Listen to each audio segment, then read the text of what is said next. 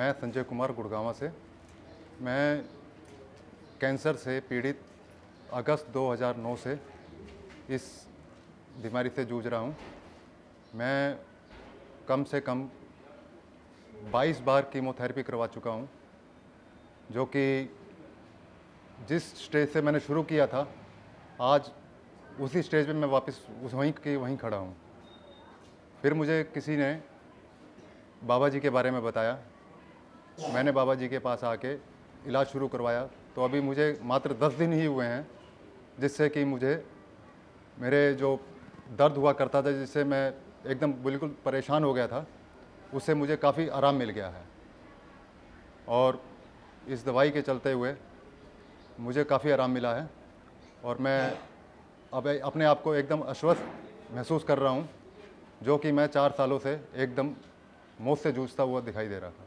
मेरे पहले गले में गांठें बनी थी, जिस पे मैं डॉक्टरों पे इलाज करवाने गया तो उन्होंने मुझे बताया शायद ये टीबी हो सकता है। उन्होंने इलाज करा तो उसमें टीबी नहीं आया। फिर उन्होंने कहा इसमें से एक गांठ निकाल के इस ऑपरेशन करके गांठ निकाल के इसका टेस्ट करेंगे। जब उन्होंने टेस्ट करा तो उसमें मालूम हुआ कि ये कैंसर लिम्फोमा है। ये पूरा चैन बना हुआ था, गले से लेकर मेरी बगल, पेट में और ये नीचे जॉइंट बोन में पूरे में गांठें बनी हुई थी। परेशानी उस समय इतनी नहीं थी, लेकिन गांठें इतनी बढ़ चुकी थी जिससे कि दबाने से हल्का दर्द महसूस होता था और दर्द के साथ साथ मुझे रात को सोने में बेचैनी होती थी, पसीना बहुत आता था और पसीने के साथ साथ मेरा जो वज़न था वो दिन प्रतिदिन कम होता जा रहा था। उसके बाद फिर डॉक्टरों ने सलाह दी मुझे कीमोथेरेपी कराने के लिए। उन्होंने कंटिन्यू मेरी 10 कीमोथेरेपी करी। उसके बाद उन्होंने मेंटेनेंस ट्रीटमेंट 2 बार किया मेरा, 3-3 महीने के इंटरवल पे। लेकिन उसके बाद जब उन्होंने थोड़ा सा उसमें आराम दिया तो ये गांठें फिर दोबारा उभर गई।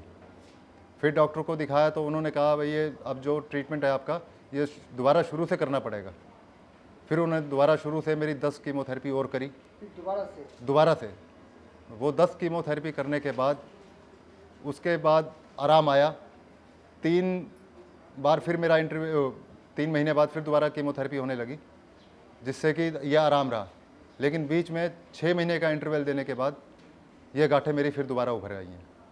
उसके बाद डॉक्टर ने कहा भाई अब आपको कीमो और नहीं दे सकते, हम आपको कीमोथेरेपी इतनी दे चुके हैं कि आपका आगे शरीर उसे झेल नहीं पाएगा। अब आप इसे स्टेम सेल ट्रांसप्लांट है, आप वो करवा लीजिए। उससे करवाने से मैंने उनसे पूछा भाई इसमें श्योरिटी कितनी है, तो वो कहने लगे भाई 60% श्योरिटी है, भाई नहीं आएगा ये, 40% ये दोबारा हो सकती है। और मैंने कहा इसमें रिस्क कितना है, तो कहने लगे इसमें 5 से 10% जान का भी रिस्क है, इवन ट्रीटमेंट के दौरान आपकी डेथ भी हो सकती है। यहाँ पर आने से पहले जब मैं एकदम उन्होंने मुझे कहा भाई आपका ट्रांसप्लांट करवा लीजिए, मैं बिल्कुल हताश हो गया था। उसके बाद मैं अपने ऑफिस में आया, वहाँ अपने शाखा प्रबंधक से बात करी मैंने, तो उन्होंने मुझे सुझाव दिया भाई आप बाबा जी के पास जाइए, बाबा जी बहुत अच्छी तरह से देखते हैं और नब्ज से आपको सब बता देंगे, आपको बताने की ज़रूरत नहीं है। मैं यहाँ आया और मुझे जिससे जैसा बताया गया उससे कुछ बढ़ के ही दिखाई दिया यहाँ पर। तो बाबा जी ने मुझे दवाइयाँ दी, परहेज़ बताए, जो कि अभी मुझे 9 दिन हुए हैं इस्तेमाल करते हुए दवाइयाँ। उससे मुझे अब इतना रिलीफ मिला है कि मुझे सांस लेने में और काफ़ी आराम है मुझे। अब मैं अपने आप को जैसे पहले एकदम अब मौत के मुंह में जूझता हुआ दिखाई दे रहा था मैं अपने आप, लेकिन अब मैं अपने आप को एकदम स्वस्थ समझ रहा हूँ। अपने आप को भी आपको हौसला बढ़ रहा है? अब मेरा खुद पे खुद हौसला बढ़ रहा है। अब तो इतना है, अगर मुझे कहीं किसी के बारे में पता लगे तो मैं इतना उत्साहित हूँ, मैं उनको भी, चाहे मुझे कुछ भी करना पड़े, उनको भी मैं यहाँ लेके आऊँ, ताकि मेरी तरह जो और लोग हैं वो भी इन चीज़ों से, बीमारी से छुटकारा पा सकें। तो आपने यहाँ पे जब आए थे तो बाबा जी ने नब्ज देख करके आपको बता दिया था?